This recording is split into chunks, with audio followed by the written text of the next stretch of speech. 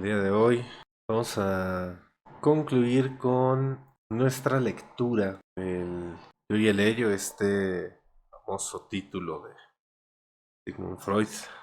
Un texto importante ya que marca un cambio en la forma de la propuesta de Freud respecto a cómo pensar la articulación de la vida psíquica, que sí empieza a colocar una diferencia, ¿no? Este texto es mejor conocido por introducir la segunda tópica, es donde aparece o nace el conocido super yo, el ello yo y super yo, ¿no? Es un texto de 1923. El primer capítulo Freud lo va a dedicar a la diferencia entre conciencia e inconsciente. El segundo va a ser esta diferencia entre lo que sería el yo y el ello. En el tercero hablará del yo y el super yo, especificando el super yo como el ideal del yo, ¿no? Y aquí hay una diferencia importante entre el yo ideal y el ideal del yo. Después hará un repaso respecto de los dos tipos de pulsiones. Recordemos que este texto es posterior a Más allá del principio de placer, donde Freud inserta la pulsión de muerte, ¿no? En realidad es como la parte, digamos, agresiva de la pulsión. Y por último hablará de los vasallajes del yo, cosa que me parece uno de los puntos más importantes del texto. Cuando estaba colocando los títulos, puse el yo en minúscula y me parece un lapsus bastante interesante. Porque a veces creemos que el yo forma una parte radicalmente importante del asunto y pues por lo general no. Capítulo 5, el yo y el ello, Sigmund Freud. Freud empieza diciendo: sírvanos de disculpa el carácter enmarañado de nuestro asunto. Ninguno de los títulos coincide enteramente con el contenido del capítulo y cada vez que queremos estudiar nuevos nexos, volvemos de continuo a lo ya tratado. A mí me parece que esto le ocurre muy seguido a Freud a partir de cierto momento de su escritura. Y de hecho yo tengo la sensación de que a partir del yo y el ello se empieza a hacer aún más bolas. Pero bueno, iremos viendo esa situación. Así, ya dijimos repetidamente que el yo se forma en buena parte desde identificaciones que toman el relevo de investiduras del ello. Entonces, ¿qué es el yo? Un conjunto de identificaciones. Una definición bastante simple. Que las primeras de estas identificaciones se comportan regularmente como una instancia particular dentro del yo, se contraponen al yo como super yo, en tanto que el yo fortalecido más tarde acaso ofrezca mayor resistencia a tales influjos de identificación. Entonces, estas identificaciones forman parte de los primeros elementos que, eh, digamos, el sujeto toma del mundo y con los cuales se identifica, y a partir de que se consolida, pues bueno, se dificulta la modificación, ¿no? El superyo debe su posición particular dentro del yo o respecto de él a un factor que se ha de apreciar desde dos lados. El primero es la identificación inicial ocurrida. ¿Por qué? Subrayando, evidentemente. Ocurrida cuando el yo todavía era endeble. El segundo es el heredero del complejo de Edipo y por tanto introdujo en el yo objetos más grandiosos, ¿no? Resumir a qué nos referimos con heredero del complejo de Edipo, pues nos referimos justamente a la introducción de la ley moral de los padres.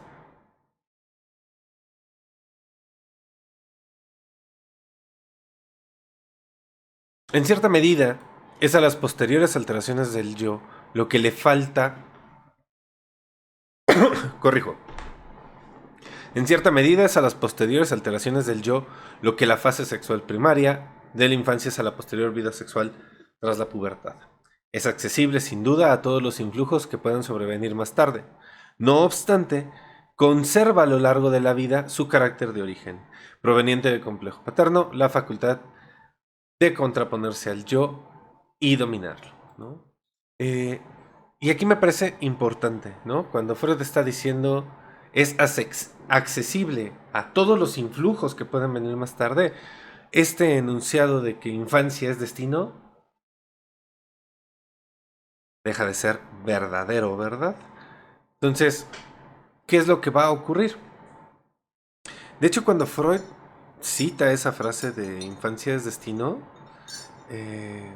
la acota bastante, ¿no? Yo no sé por qué de repente hubo quien se lo tomó muy en serio y dijo, claro, la infancia es el destino. Y no.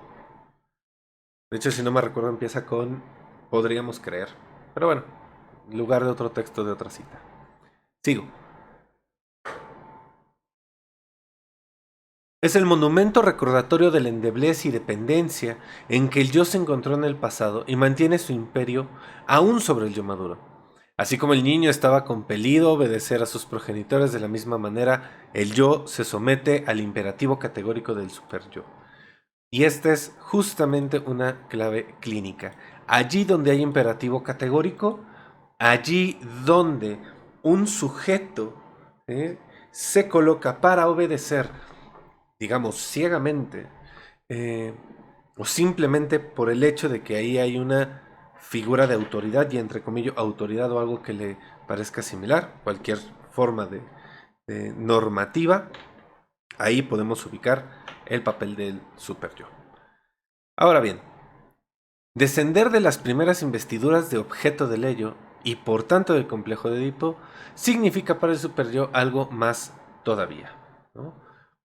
Entonces, ¿cuáles son las primeras investiduras de objeto del ello? Los cuidadores primarios. ¿Eh? ¿Por qué digo cuidadores primarios? Porque decir padres puede generar un conflicto. O sea, son las primeras personas que se hicieron cargo del cuidado de la cría. ¿Eh? Y esa es justamente la cuestión. Ahora, como ya hemos consignado, lo pone en relación con las adquisiciones filogenéticas del ello y lo convierte en reencarnación de anteriores formaciones yoicas que han dejado sus sedimentos en el ello. Recordemos en este sentido que todo lo que va dejando marca en el ello pues son representaciones, un conjunto de representaciones que van construyendo la memoria de todos y cada uno de los sujetos, y en realidad eso es a lo que podríamos llamarle el inconsciente, ¿no? Un conjunto de representaciones, ¿no? O sea, cualquier cosa que haya hecho memoria y no sea consciente en este momento, pues eso es el inconsciente, un fragmento de historia.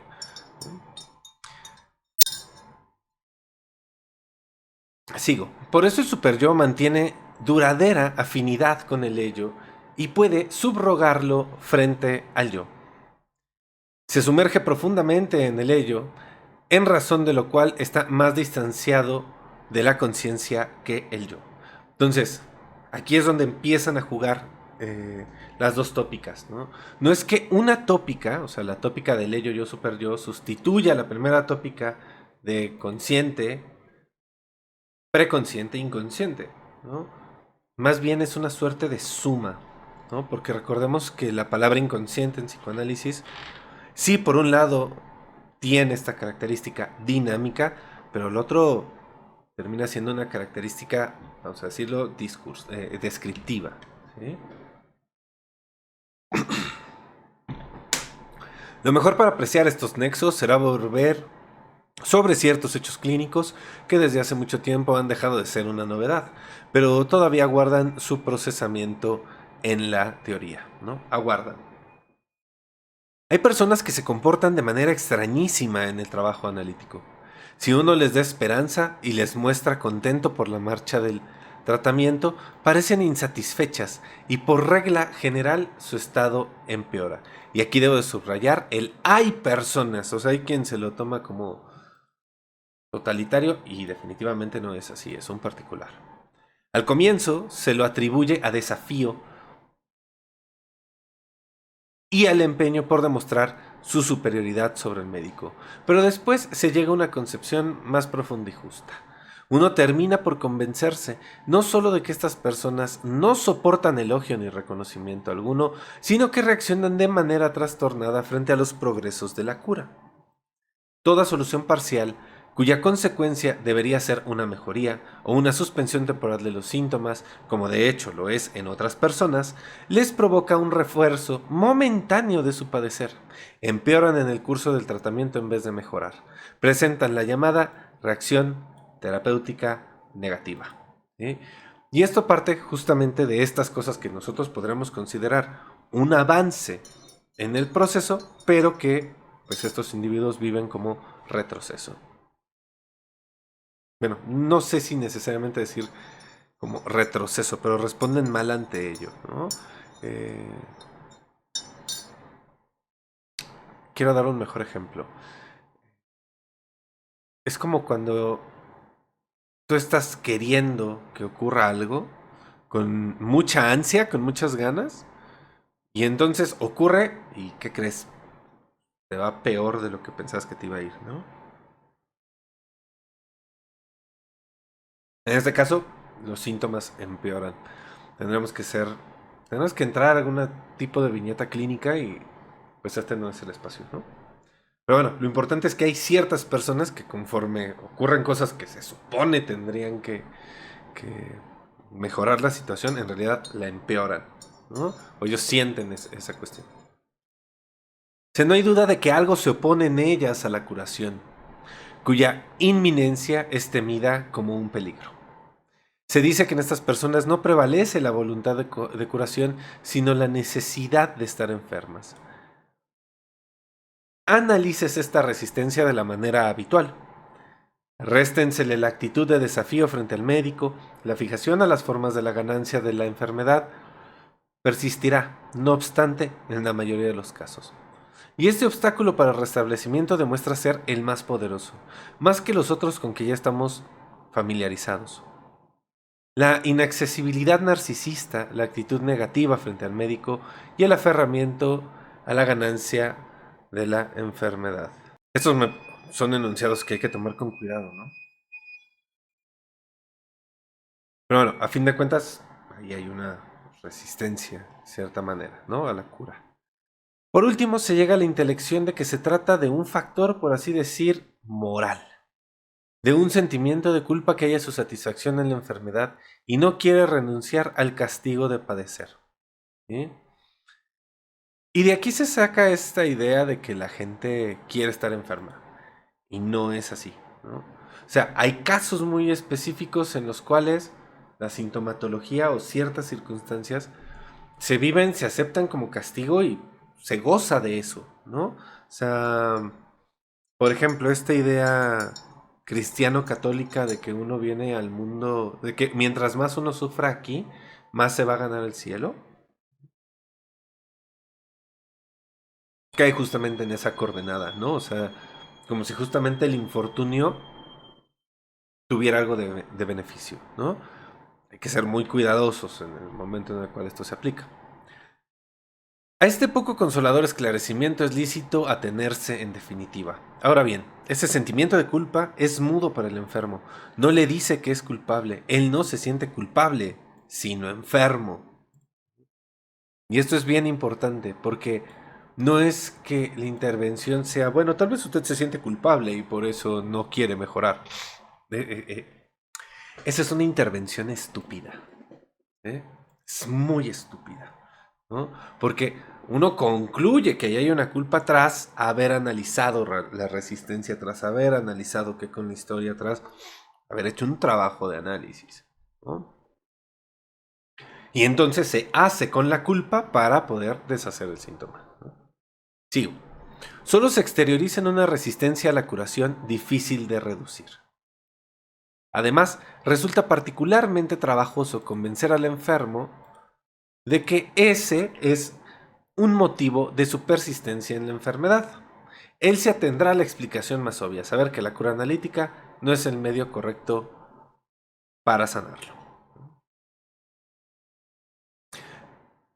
Y esto nuevamente hay quien lo ha ocupado para decir, pues no es que yo me haya equivocado en mi intervención, es que él tiene una resistencia. El que tendría que hacer algo con las resistencias es el analista, ¿no? Lo aquí descrito se aplica a los fenómenos más extremos, pero es posible que cuente en menor medida para muchísimos casos de neurosis grave, quizá para todos.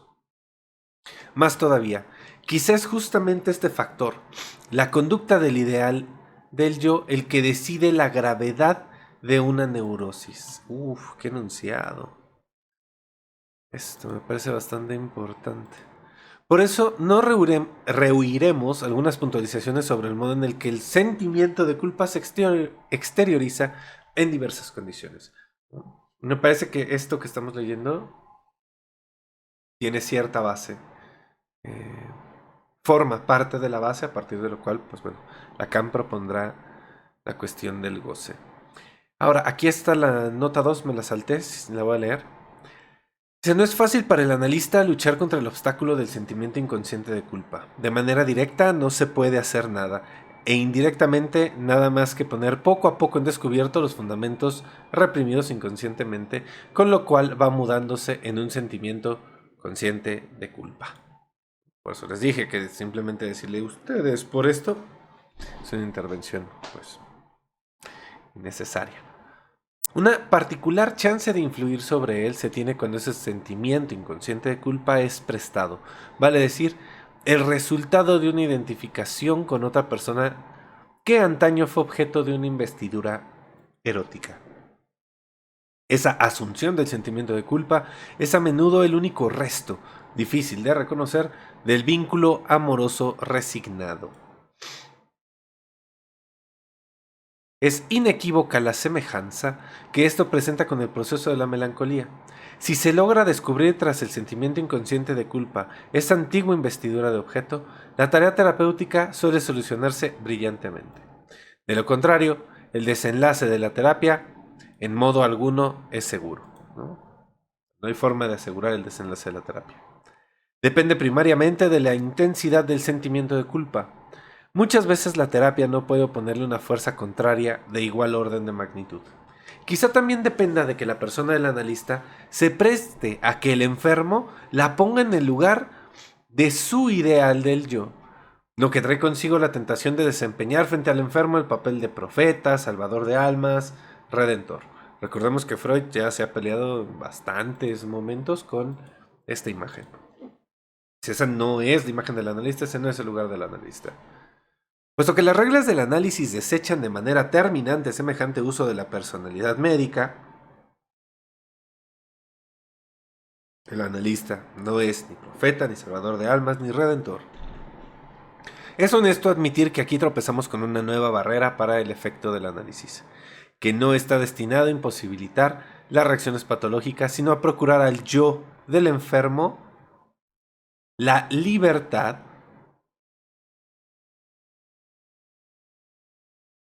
de decidir en un sentido o en otro. Y ahí es donde hay una diferencia radical con otras propuestas terapéuticas, ¿no? O sea, a fin de cuentas, hay ciertas conductas que se modifican en un análisis, ¿no? Pero el análisis siempre va a terminar llevando a un sujeto, ahí donde hay análisis, a la posibilidad de elegir algo para sí mismo, ¿no?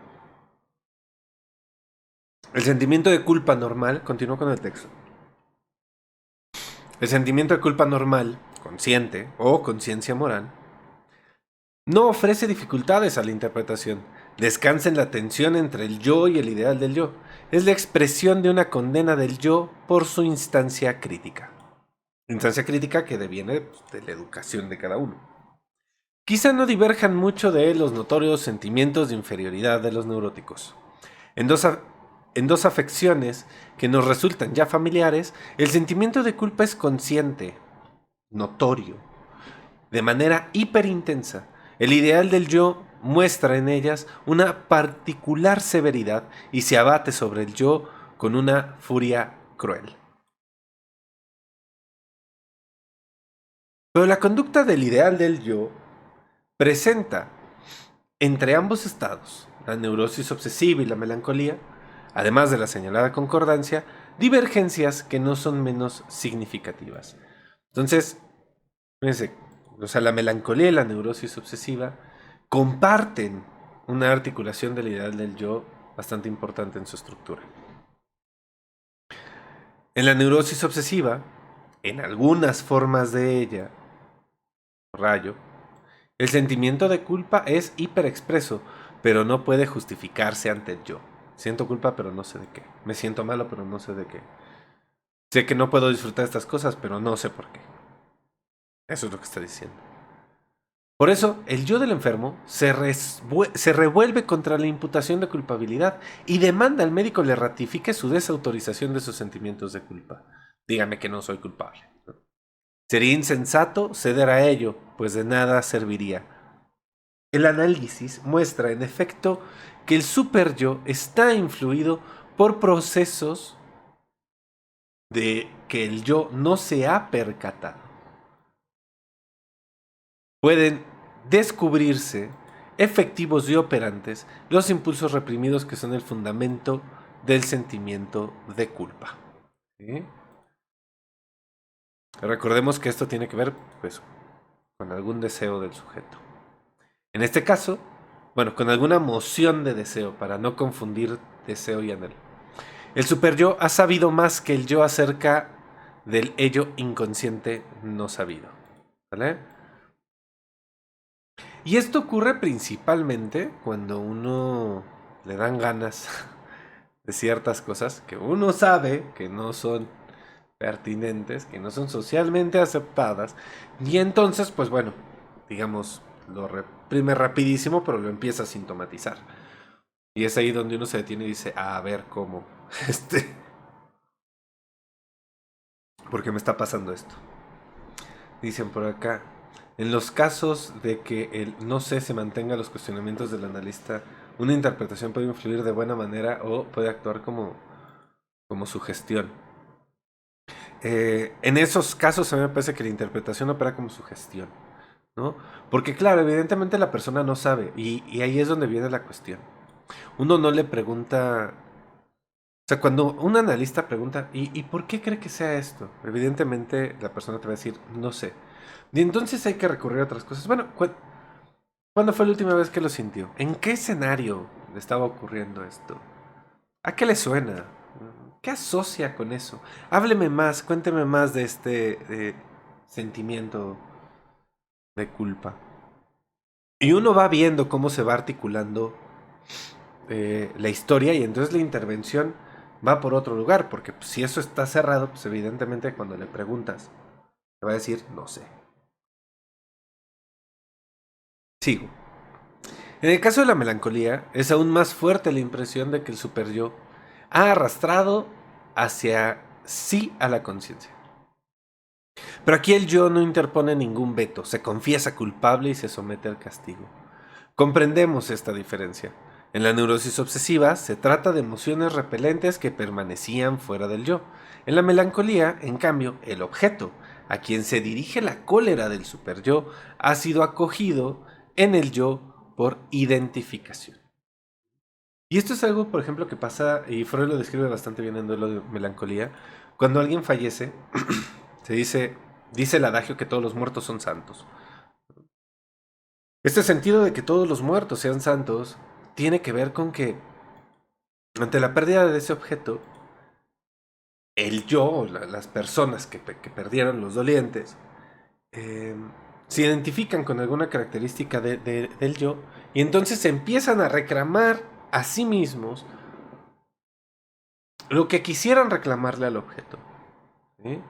Evidentemente nosotros solo podemos dar cuenta de esto a partir de ir articulando y ubicar pues la historia de los objetos, ¿no? Que esa es justamente la cuestión. Entonces, sigo con la lectura. Es cierto que no resulta evidente sin más que en estas dos afecciones neuróticas el sentimiento de culpa haya de alcanzar una intensidad tan extraordinaria, pero el principal problema que plantea esta situación reside en otro lugar. Posponemos su elucidación hasta considerar los otros casos, aquellos en que el sentimiento de culpa permanece inconsciente. Esto ocurre esencialmente en la histeria y en estados de tipo histérico.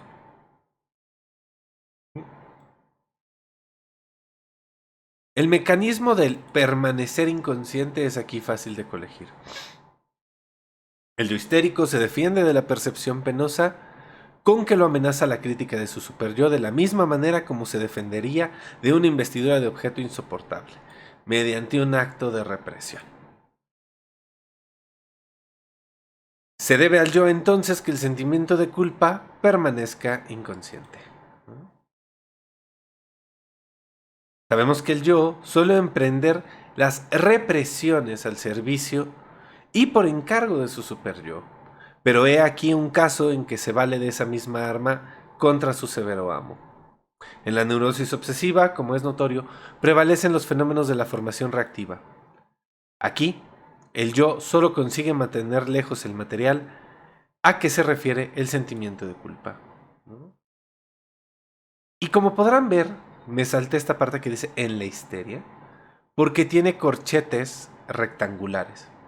Si ustedes encuentran en la edición de Amorortu corchetes cuadrangulares, eso lo insertó Strachey. Eso no estaba en el texto de Freud.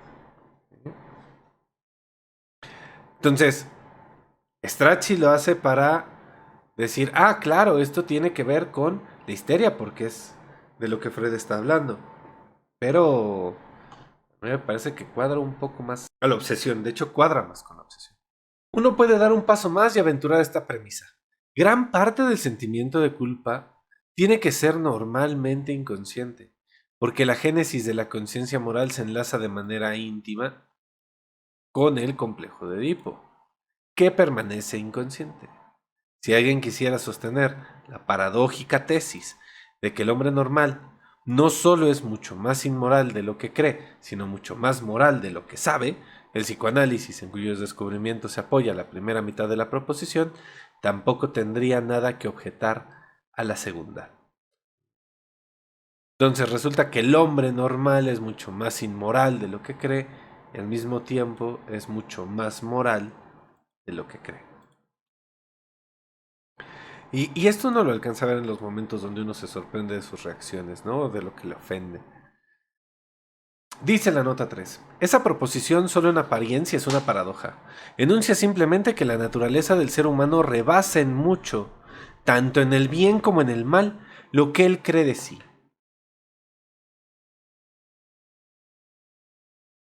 Esto es lo que se ha vuelto consabido a su yo a través de la percepción conciencia.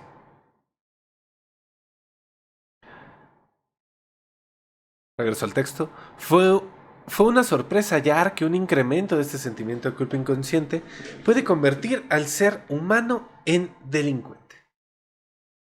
Pero, sin duda alguna, es así. En muchos delincuentes, en particular los juveniles, puede pesquisarse un fuerte sentimiento de culpa que existía antes del hecho y por lo tanto no es su consecuencia, sino su motivo, como si se hubiera sentido un alivio al poder enlazar ese sentimiento inconsciente de culpa con algo real y actual. Y esto me parece una cosa bastante interesante, ¿no? De la clínica, de lo que hoy llamamos adolescentes, ¿no?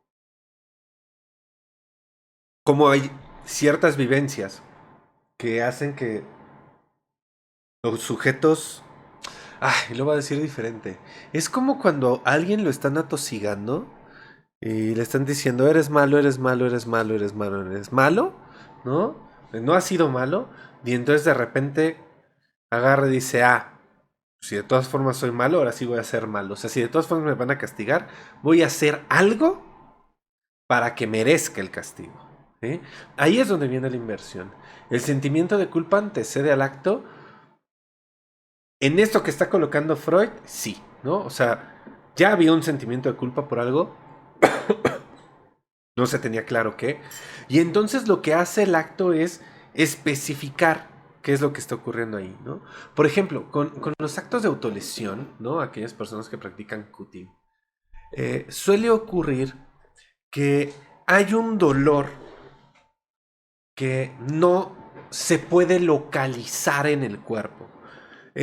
Por lo general esto que se suele llamar dolor emocional, dolor psíquico, no puedes decir que te duele, no está en una parte del cuerpo.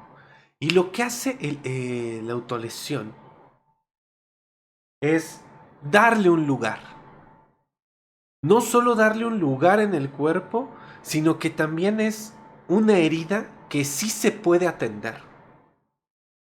Eh, Y pues bueno, en ese sentido termina saliendo de ciertos límites, ¿no? Dice, en todas estas constelaciones, el superyo da pruebas de su independencia del yo consciente y de sus íntimos vínculos con el ello inconsciente. A ver, ¿cómo es que hay quien cree que el ello y el superyo son entes, personitas en tu cabeza? Y no, ni el yo, ni el ello, ni el superyo son entes, no son entidades. ¿Sí? Son un conjunto de representaciones que articulan cierta coordenada de discurso, una forma de discurso, enunciados, que operan en el sujeto, ¿no? En el individuo, en la forma de vincularse con el mundo. Me preguntan por acá, ¿en la autolesión también podría estar incluida la idea de lastimar al otro? Sí, comúnmente forma parte de ese conjunto de representaciones. Que sería justamente pues una inversión del objeto al sujeto. En vez de agredir al otro, me agredo a mí. Y sí, también es muy común en la autolesión.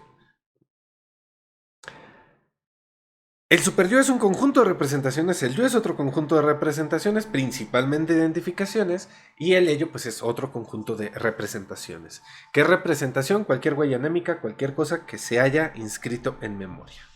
Listo. ¿No? Sea sensación, sea palabra, sea imagen. ¿Sí? Todo eso forma estas vinculaciones, estos conjuntos, estos complejos. ¿Sí? Un complejo es un conjunto de representaciones. ¿Sí? Entonces, claro, el conjunto del superyo es independiente del conjunto del yo, aunque estén relacionados. Sigo. Ahora bien, teniendo en vista la significatividad que atribuimos a los restos preconscientes de palabras en el yo, surge una pregunta. ¿El superyo, toda vez que es inconsciente, consiste en tales representaciones palabra o en otra cosa? ¿Eh? Es justamente lo que les acabo de decir. Son representaciones. ¿Vale? La respuesta prudente sería que el superyo no puede desmentir que proviene también de lo oído. Esto es bien importante. Es sin duda una parte del yo y permanece accesible a la conciencia desde esas representaciones palabra, conceptos, abstracciones, pero la energía de investidura no le es aportada a estos contenidos del superyo por la percepción auditiva, la instrucción, la lectura, sino que la aportan las fuentes del ello. En el texto del inconsciente que ustedes pueden encontrar en el tomo 14, de las obras completas de Amor Ortu, Freud dirá que la conciencia es un aparato de la percepción. Es un aparato de la percepción porque le sirve al sujeto para dar cuenta de sí mismo. ¿Sí? Justamente en ese sentido es que el superyo, como un conjunto de representaciones que responde a alguna percepción, está tendiendo a las percepciones internas del sujeto, ¿no? Quieren llamarle conducta privada, adelante. Adelante. No, yo no me voy a pelear por nimiedades. Pero bueno, ahí es donde justamente está la cuestión. Entonces, claro, pueden ser cosas que se escuchen, que inclusive cosas que se sienten, ¿no? Ahí es donde está la cuestión. Porque evidentemente no todo lo que nos ocurre en todo momento nos pasa por la conciencia. La pregunta cuya respuesta habíamos propuesto era: ¿cómo es que el superyo se exterioriza esencialmente como sentimiento de culpa? Mejor, como crítica. Toda crítica superyoica. Sentimiento de culpa es la percepción que corresponde en el yo a esa crítica. Entonces, el superyo critica. El yo siente culpa por esa crítica. ¿Les suena? ¿Les suena familiar? Siento mucha angustia social. ¿Les suena superyo? Y sigue. Continúa la pregunta. ¿Y así despliega contra el yo una dureza y una severidad tan extraordinarias? O sea, ¿cómo es que el superyo hace eso? ¿Cómo es que ese conjunto de representaciones opera? Esa es la pregunta. Si nos volvemos primero a la melancolía, hallamos que el superyo hiperintenso que ha arrastrado hacia sí a la conciencia se abate con furia inmisericordia sobre el yo, como si se hubiera apoderado de todo el sadismo disponible en el individuo.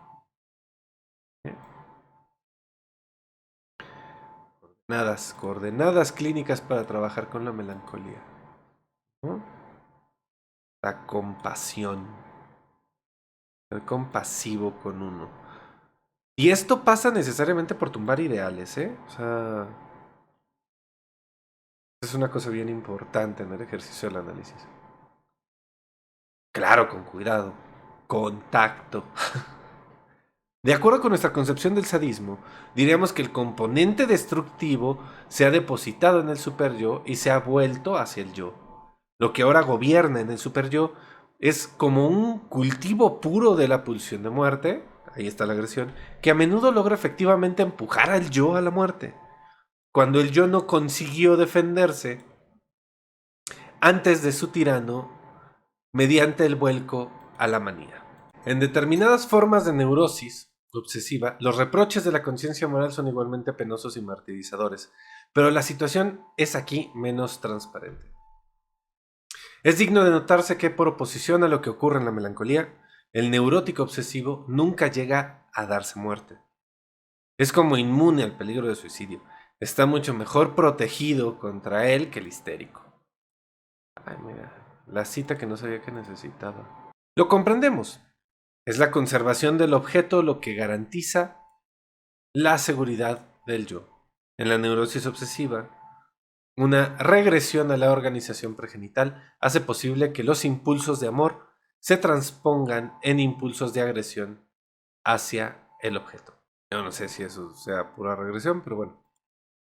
A raíz de ello, la pulsión de destrucción queda liberada y quiere aniquilar al objeto. Ahora vamos a darle una segunda lectura a esto porque me parece importante. Es digno notarse que en determinadas formas de la neurosis obsesiva, los reproches de la conciencia moral son igualmente penosos y martirizadores, pero la situación es aquí menos transparente. Es digno de notarse que, por oposición a lo que ocurre en la melancolía, el neurótico obsesivo nunca llega a darse muerte. Es como inmune al peligro de suicidio. Está mucho mejor protegido contra él que el histérico. Lo comprendemos, es la conservación del objeto lo que garantiza la seguridad del yo. En la neurosis obsesiva, una regresión a la organización pregenital hace posible que los impulsos de amor se transpongan en impulsos de agresión hacia el objeto. A mí me parece que esa es una propuesta... me parece que Freud lo está simplificando mucho, ¿no? Al ponerlo en esos términos. Creo, sin embargo, que por la misma articulación de la neurosis obsesiva, eh, la autodesvivisión, es un problema porque no está permitido. O sea, sería cometer un otro pecado. Más la culpa que puede generar los efectos de, esa, de esa situación, ¿no? A raíz de ello, la pulsión de destrucción queda liberada y quiere aniquilar al objeto, o al menos hace como si tuviera ese propósito. El yo no acoge esas tendencias. Se revuelve contra ellas con formaciones reactivas y medidas precautorias. Permanece entonces en el ello. Pero el super yo se comporta como si el yo fuera responsable de ellas. Y al mismo tiempo nos muestra, por la severidad con que persigue a esos propósitos aniquiladores, que no se trata de una apariencia provocada por la regresión, sino de una efectiva sustitución de amor por odio, ¿no? Fíjense cómo lo curioso es que el odio, la agresión, es una forma de seguir anclado eh, al objeto, ¿vale? Y esa es una cosa que se vuelve bien, bien importante, ¿sí? Por eso es que los conductistas no pueden dejar en paz a los psicoanalistas, así sea por odio, ¿no? Pero bueno, ¿quién soy yo para interpretarles? ¿No? Nadie. Yo no soy nadie para interpretar sus acciones, ¿no? Pero bueno, hay quien permanece en esa medida, ¿no? Em, y justamente esto tiene que ver con este deseo de destrucción, este impulso, ¿no? Eh, pues, bueno, lo denomina compulsión de muerte. Sigo. Desvalido hacia ambos costados, el yo se defiende en vano de las insinuaciones del ello, asesino, y de los reproches de la conciencia moral castigadora. Consigue inhibir al menos las acciones más groseras de ambos. El resultado es, primero, un automartirio interminable, y en el ulterior desarrollo una martirización sistemática del objeto toda vez que se encuentre a tiro. Freud sostiene desde muy temprano que es ante la percepción de algo que aparece el síntoma. O sea, el síntoma no es gratuito, el síntoma está determinado, si no surge de la nada. Las peligrosas pulsiones de muerte son tratadas de diversa manera en el individuo. En parte se las torna inofensivas por mezcla con componentes eróticos, en parte se desvían hacia afuera como agresión, pero en buena parte prosiguen su trabajo interior sin ser obstaculizadas. Ahora bien, ¿cómo es que en la melancolía el superyo puede convertirse en una suerte de cultivo puro de la pulsión de muerte? Desde el punto de vista de las limitaciones, de la limitación de las pulsiones, esto es, de la moralidad, uno puede decir, fíjense, la limitación de las pulsiones es la moralidad. Así. El ello es totalmente amoral. El yo se empeña por ser moral, el superyo puede ser hipermoral y entonces volverse tan cruel como únicamente puede serlo el hecho. Allí es donde está la cuestión. ¿Eh? ¿Por qué? Porque la moral, toda moral es aprendida. Y por toda es toda. ¿No? A fin de cuentas, termina siendo una normativa social. Es asombroso que el ser humano, mientras más limita su agresión hacia afuera, tanto más severo y por ende más agresivo se torna en su ideal del yo. ¿No? Y hoy ni se diga, estamos en una sociedad hipermoralista. ¿No? A la consideración ordinaria le parece lo inverso. Ve en el reclamo del ideal del yo el motivo que lleva a sofocar la agresión. Pero el hecho es tal como lo hemos formulado. Mientras más un ser humano sujete su agresión, tanto más aumentará la inclinación de su ideal a agredir a su yo. Es como un descentramiento, desplazamiento, una vuelta, revolución hacia el yo propio. Ya la moral ordinaria tiene el carácter de una dura restricción, de prohibición cruel, y de ahí proviene a todas luces la concepción de un ser superior inexorable en el castigo, ¿no? La creación de Dios, un ideal, ¿no? Debe de haber aquel que no se equivoque. Llegado a este punto, no puedo seguir elucidando estas constelaciones sin introducir un supuesto nuevo. El superyo se ha engendrado sin duda por una identificación con el arquetipo paterno. Cualquier identificación de esta índole tiene el carácter de una desexualización y aún de una sublimación. Y bien, bueno, antes, no sé. Y bien, parece que a raíz de una tal transposición se produce también una desmezcla de pulsiones. ¿Sí? Y ahora, habrá quien cometa el error de decir el arquetipo paterno es el padre.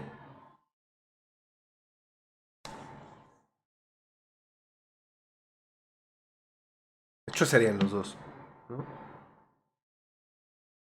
Y esto aparece en una nota al pie. No recuerdo en qué texto. Creo que en el malestar de la cultura, tal vez. Que justamente Freud lo coloca, ¿no? El yo y el ello de Sigmund Freud. Tomo 24. Entonces, ¿qué es lo que va a ocurrir?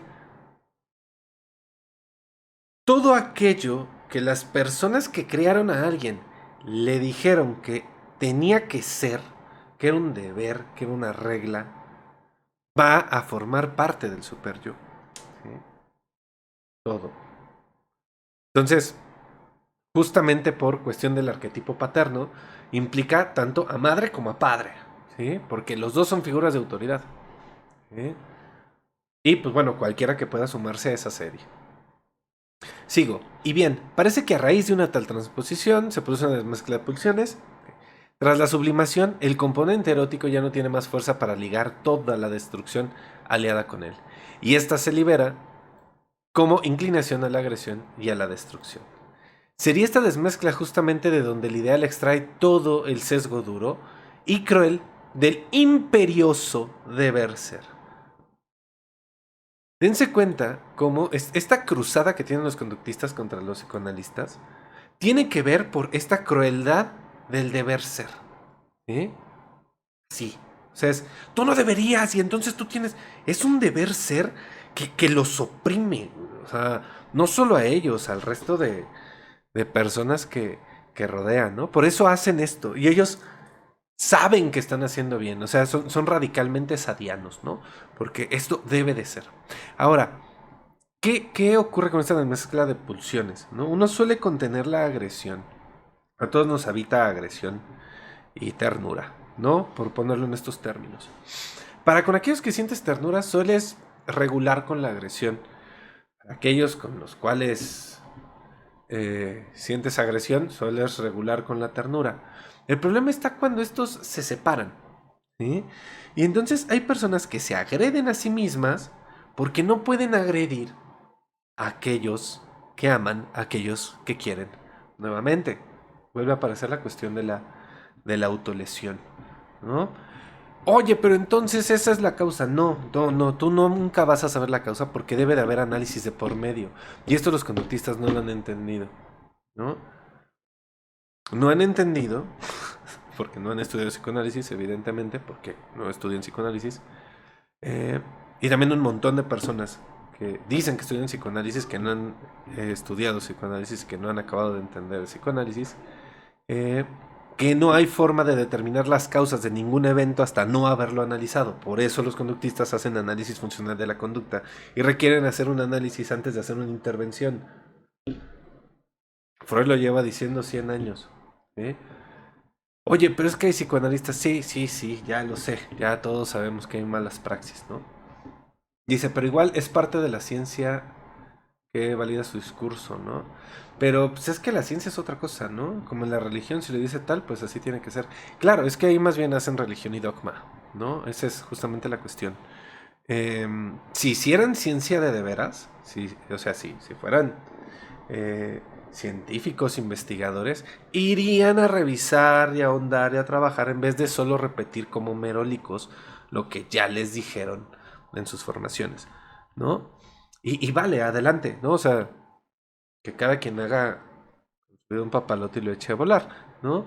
Pero justamente el problema es que se colocan como deber ser, se colocan como autoridad y luego los escuchas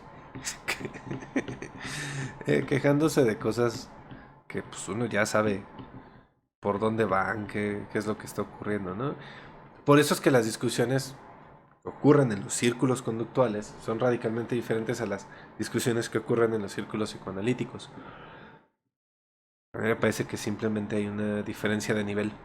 Ya llegaremos allá en su momento.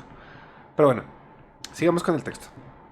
Agreguemos todavía una breve consideración sobre la neurosis obsesiva. En ella las constelaciones son diferentes. La desmezcla... espérame, acá está. La desmezcla del amor en agresión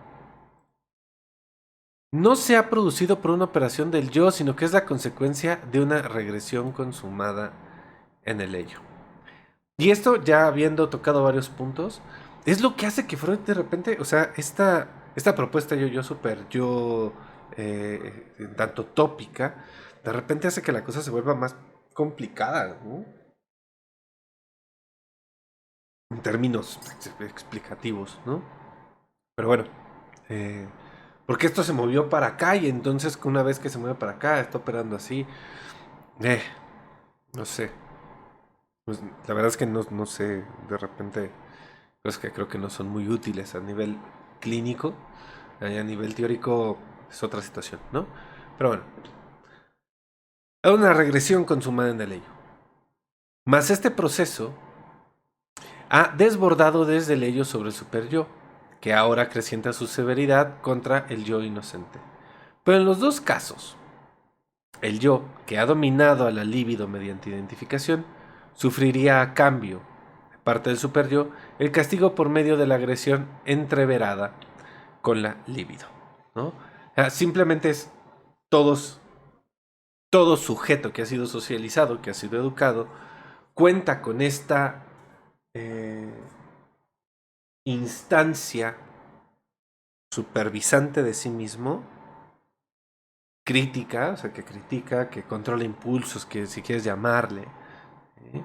Y es esa la que, cuando ubica ciertos pensamientos, cierta activación de ciertas representaciones, dice, no, así no, eso no lo puedes hacer, ¿no? Es el Pepe Grillo que aparece en Pinocho, ¿no? Ahí es donde justamente está la cuestión. ¿De dónde viene? A mí me parece que a veces es como un poquito lo menos importante. Eh, Sigo. Nuestras representaciones sobre el yo comienzan a aclararse y a ganar nitidez. Sus diferentes nexos. Ahora vemos al yo en su potencia y en su endeblez.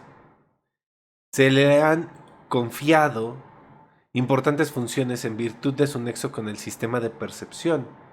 Establece el ordenamiento temporal de los procesos anímicos y los somete al examen de la realidad. Es el yo el encargado de que tengamos principio de realidad. Este es justamente el texto que les mencionaba hace rato, ¿vale? Sigo. Mediante la interpolación de los procesos de pensamiento consigue aplazar las descargas motrices y gobierna los accesos a la motilidad. Fíjense otra vez. Hablar de algo detiene el llevarlo a la acción. De pensar algo, en efecto, detiene el llevarlo a la acción. Por eso hay momentos en un análisis donde uno corta para que haya acción. Y hay otros en los cuales uno detiene, a ver, vamos a pensar esto más, ¿no? Porque ese es justamente el tema, ese es justamente el problema, ¿sí? Saber en qué momento hay que intervenir, de qué manera. Y por eso uno debe de ser cuidadoso con las escansiones. ¿Mm? Sigo. Este último gobierno es por otra parte más formal que fáctico. Con respecto a la acción, el yo tiene una posición parecida a la de un monarca constitucional, sin cuya sanción nada puede convertirse en ley, pero que lo piensa mucho antes de interponer su veto a una propuesta del Parlamento. ¿Sí? Esta analogía me parece bastante interesante. No es el yo no es un autoritario, ¿no? No es un tirano. No manda a él, por eso hay cosas que no pasan por la voluntad. El yo se enriquece a raíz de todas las experiencias de vida que le vienen de afuera, pero el ello es, pero el ello es su otro mundo exterior que él procura someter. Sustrae el líbido al ello. Transforma las investiduras de objeto del ello en conformaciones del yo. Con ayuda del superyo se nutre de una manera todavía oscura para nosotros de las experiencias de la prehistoria almacenadas en el ello.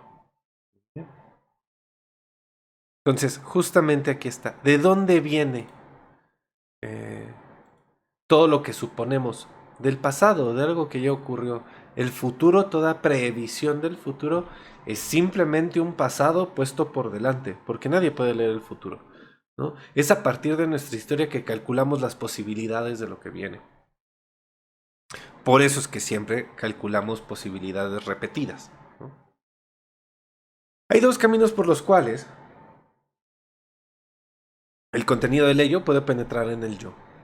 Uno es el directo, el otro pasa a través del ideal del yo, y acaso para muchas actividades anímicas sea decisivo que se produzcan por uno u otro de los caminos, ¿no? O sea, dependiendo por dónde entran, va a funcionar de una determinada manera, ¿no?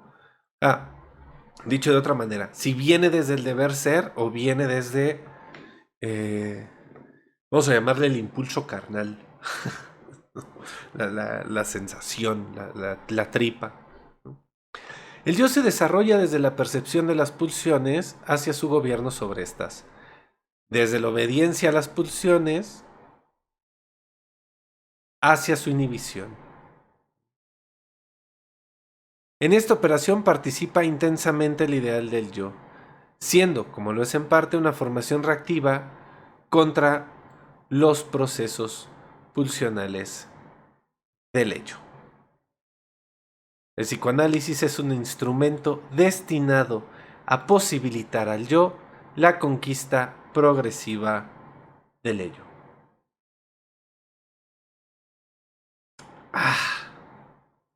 Me parece que esta frase podría haber sido más lograda, ¿no? Evidentemente en los tiempos de Freud y por Freud no podemos hacerla más lograda hoy en día, ¿no? ¿Cómo es que el yo va a conquistar? Es que, ¿a qué se refiere Freud con esta conquista progresiva del ello? Justamente esta cuestión de las pulsiones, ¿no? A esto que Freud venía diciendo, la posibilidad de decidir, que en ese momento en el cual te encuentras con algo en el mundo y sientes ese algo, vía la percepción, puedas ubicar cómo deseas responder por producción histórica y puedas detenerte a ver si deseas responder de esa manera. Allí es donde justamente está la diferencia, ¿no? Que el sujeto aprenda a hacer con el deseo que le habita, ¿no? A hacer, de acción, y separado, a ser con su deseo, ¿no? Nuevamente en Lacan, váyanse al seminario de la ética, que es el 7. Sigo, pero por otra parte, vemos a este mismo yo como una pobre cosa sometida a tres servidumbres, y que a consecuencia sufre las amenazas de tres clases de peligros: de parte del mundo exterior, de la libido del ello y de la severidad del superyo. ¿Sí? O sea, al yo de todos lados le llueve, ¿no? Y con todo mundo tiene que estar regulando. Tres variedades de angustia corresponden a estos tres peligros. La angustia es la expresión de una retirada frente al peligro. Tres tipos de angustia, tres tipos de peligro, tres tipos de angustia. Esto es bien importante. Como ser fronterizo, el yo quiere mediar entre el mundo y el ello, hacer que el ello obedezca al mundo, y a través de sus propias acciones musculares hacer que el mundo haga justicia al deseo del ello. O sea, hay toda una cosa de relación. Todo el tiempo el yo está vinculándose en relación con el mundo. En verdad, se comporta como el médico en una cura analítica, pues con su miramiento por el mundo real, se recomienda al ello como objeto libidinal y quiere dirigir sobre sí la libido del ello. No solo es el auxiliador del ello, es también su siervo sumiso que corteja el amor de su amo. Oye, pero entonces el analista no puede aconsejar, ¿no? Es que el analista es el que tiene la visión de la realidad, ¿no? Estas dos posiciones contrarias. Y ni una ni la otra, o sea, en parte ambas, ¿no? Acompañar a un paciente a analizar una escena, ¿no? Acompañar a alguien a analizar una escena de la vida que cuenta, pasa también por ubicar qué es lo que hizo el otro, qué es lo que hizo él, qué leyó él, por qué respondió de una manera y no de otra, ¿no? Y en esa articulación, la significación de lo ocurrido cambia, ¿no? En muchos casos, ¿no? Por eso a veces la clarificación eh, es una intervención ya bastante potente, ¿no? La interpretación tarda, lleva bastante tiempo poder hacer una buena interpretación que tenga el grado de una interpretación a nivel simbólico, ¿no? Otras son intervenciones. Protege el amor de su amo. Donde es posible procura mantenerse avenido con el ello. Recubre sus órdenes inconscientes con sus racionalizaciones preconscientes. Ay, mira, nada más que frase. Ocurre que nosotros creemos que decidimos por razones conscientes y que creen que la gran mayoría de las veces primero decidimos qué queremos y luego justificamos por qué tiene sentido lo que queremos, ¿no? Es lo que está diciendo Freud. Recubre sus órdenes inconscientes con sus racionalizaciones preconscientes. Simula la obediencia del ello a las admoniciones de la realidad, aun cuando el ello ha permanecido rígido e inflexible. Disimula los conflictos del ello con la realidad y toda vez que es posible, también los conflictos con el superyo. Justifica su acción, el yo justifica.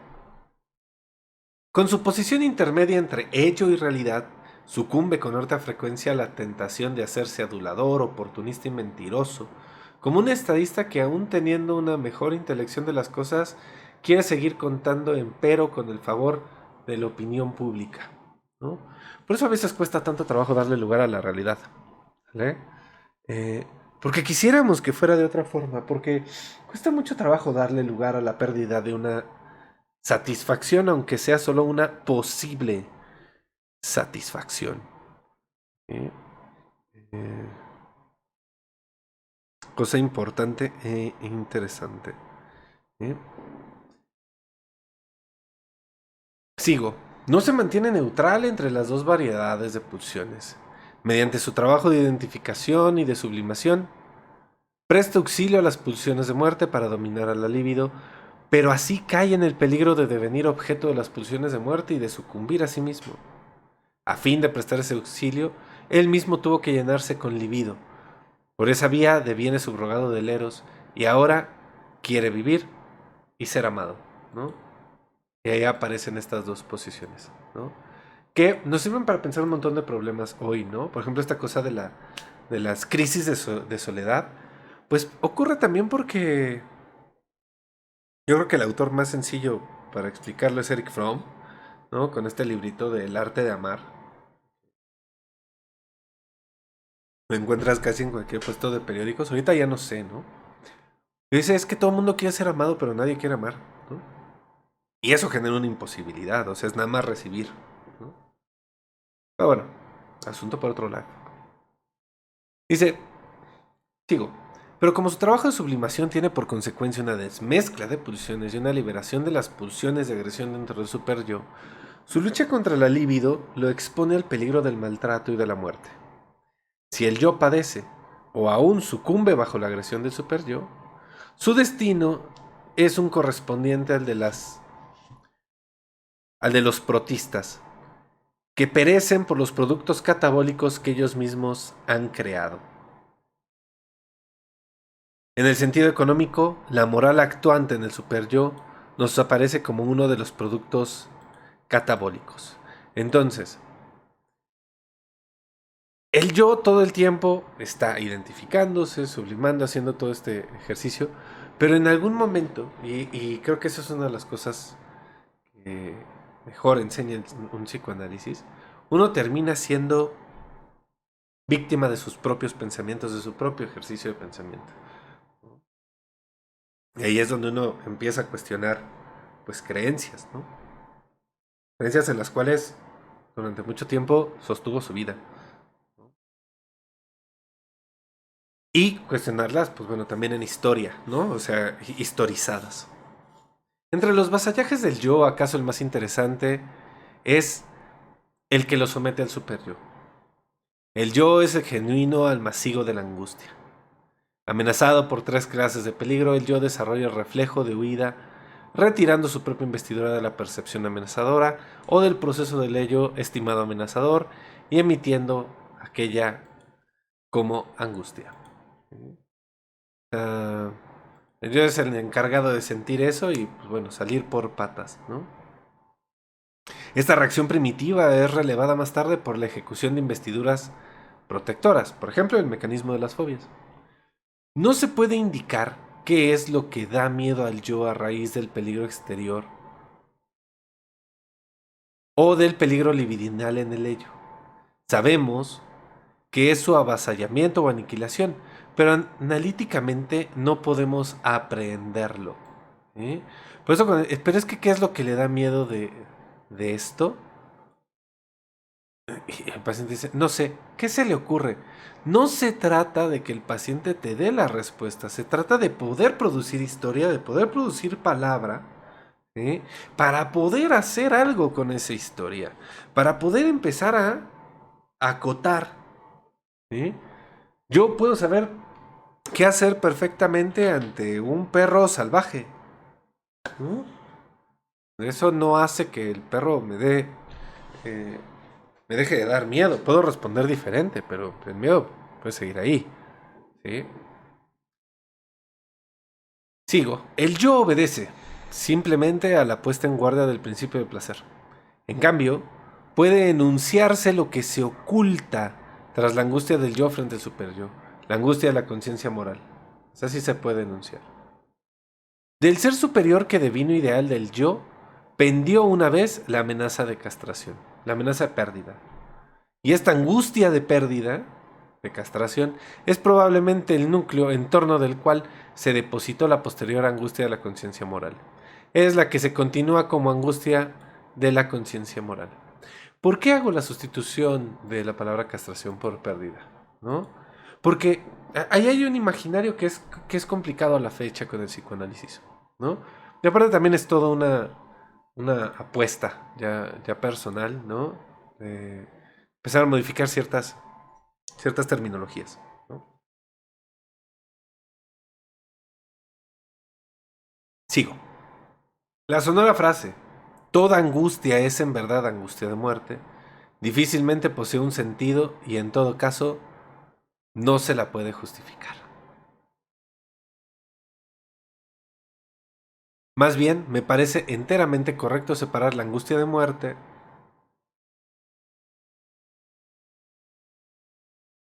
de la angustia de objeto realista y de la angustia libidinal neurótica. ¿Eh? Entonces, angustia de muerte de el mundo exterior. Ah, no. Angustia de muerte. Angustia de muerte podría ser del superyo. Angustia del objeto sería del mundo exterior. Y la angustia libidinal neurótica sería del superyo. ¿No? Apuesto. Vamos a ver. Aquella plantea un serio problema al psicoanálisis, pues muerte es un concepto abstracto de contenido negativo para el cual no se descubre ningún correlato inconsciente.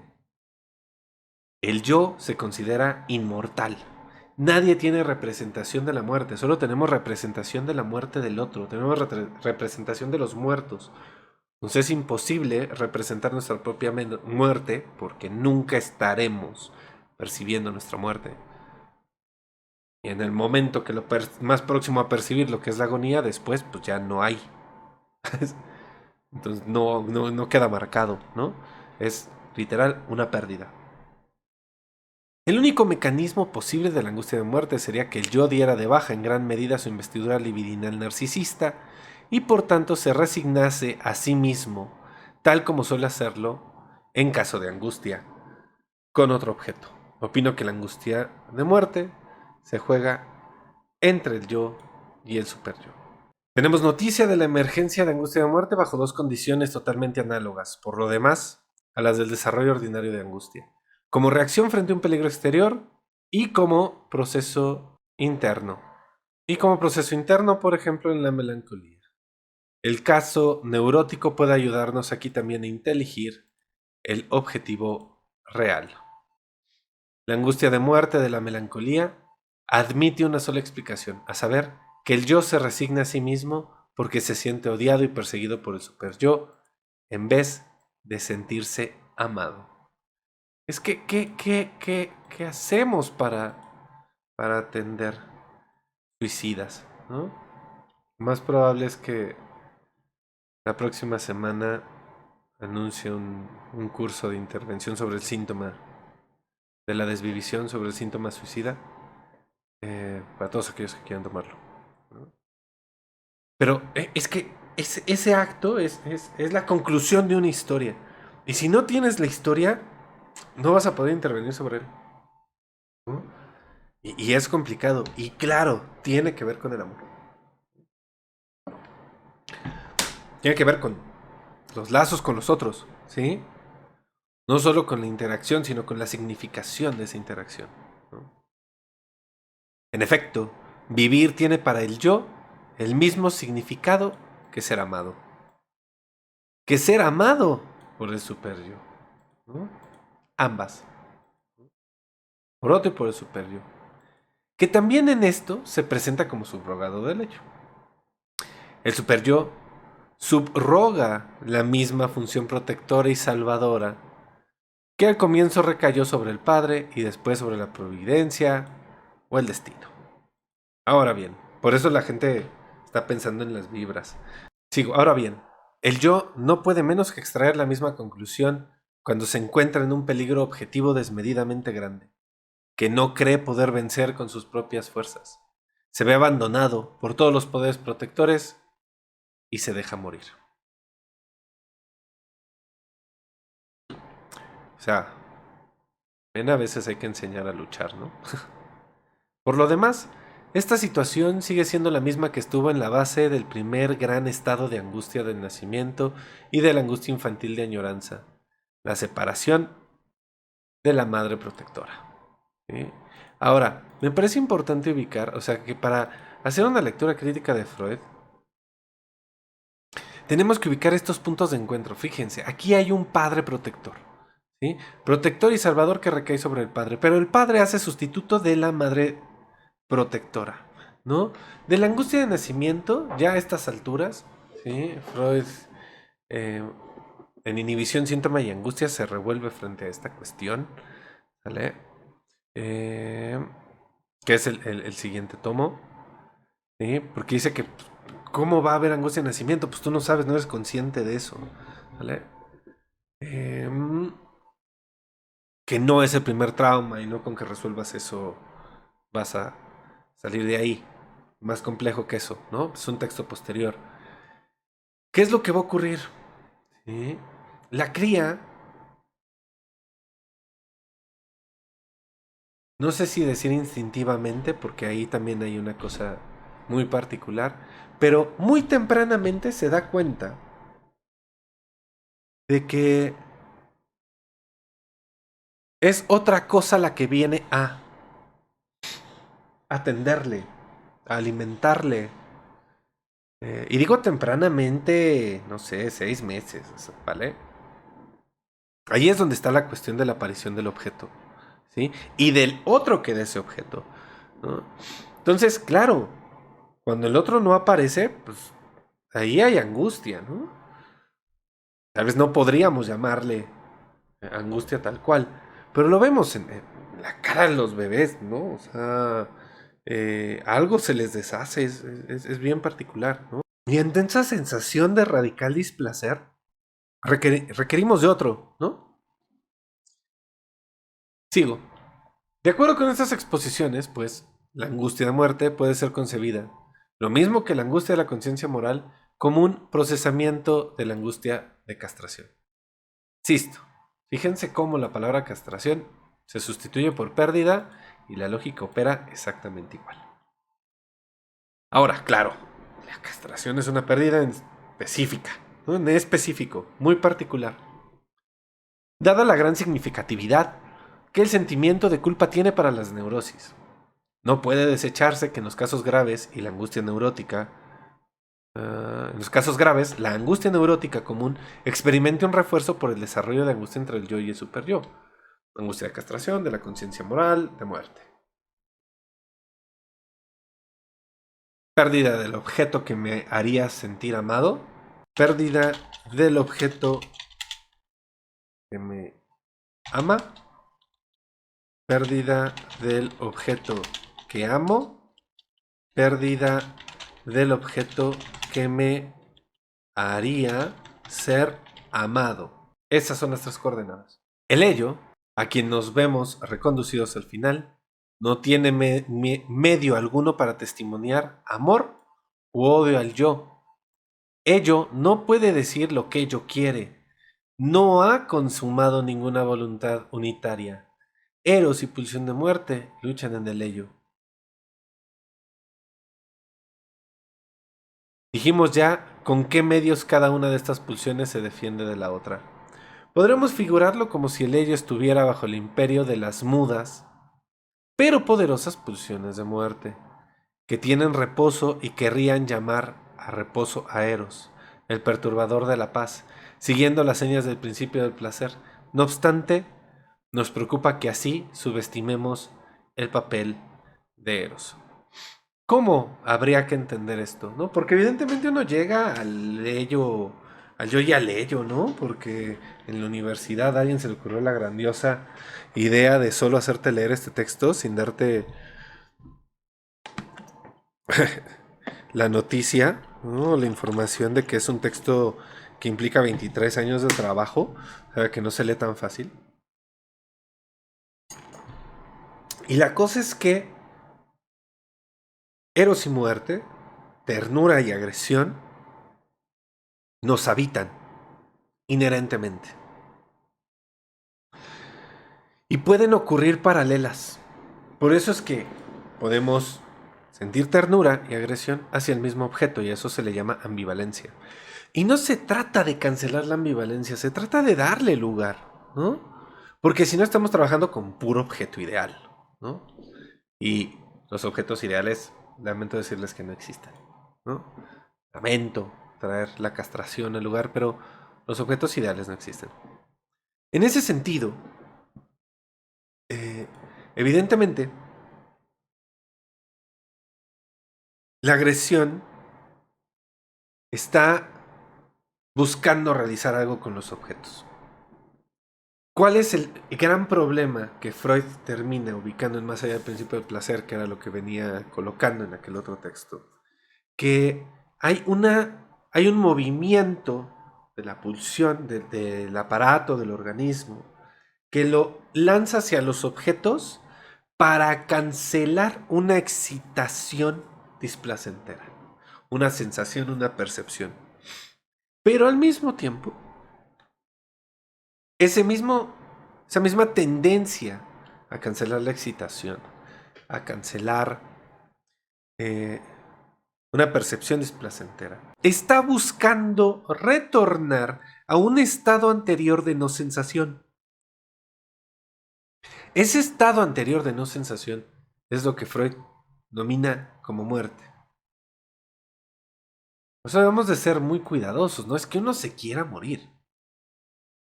Es el anhelo por no sentir nada. Y ahí es donde, pues, la metáfora poética termina afectando la producción freudiana, ¿no? Y pues, a los psicoanalistas hasta el día de hoy. Ahora, este texto presenta dos apéndices. El apéndice A, que dice sentido descriptivo y dinámico del inconsciente, y hay que subrayar, inicia con un corchete rectangular. Por lo tanto, sabemos que esto es producción de Strachey. Aquí termina el corchete rectangular y no de Freud. El siguiente apéndice, el B, el gran reservorio de la libido, tiene exactamente la misma coordenada. Y hay personas que por no saber esto, y a mí me pasó en algún momento muy temprano de mi formación, creemos que lo dijo Freud. No sabemos qué hace ese corchete ahí. Nadie nos lo explicó. Pues bueno, eso lleva a errores garrafales, ¿no? Y complicados. Sí me parece que hay varios puntos que rescatar, pero me voy a pegar a mi hipótesis de que a partir de que Freud produce el yo y el ello, se relanza a hacer una reorganización de un montón de cosas que no hacía falta organizar y eso genera más problemas que solución. Siempre podría yo estar equivocado, pero bueno, eso solo el futuro y un estudio más concienzudo y riguroso lo dirá. Si te gustó este video, te invitamos a dejar tu like y a suscribirte al canal, así como a dejar tus dudas y preguntas en la cajita de comentarios. Te recordamos que todos los miércoles de 6 a 8 tenemos transmisión en directo por Twitch, donde vamos a estar leyendo los textos de Sigmund Freud y respondiendo hacia el final algunas que otras preguntas sobre la clínica y, pues bueno, lo que es la práctica del psicoanálisis. Sin más, gracias por tu atención y que tengas el mejor día posible. Saludos.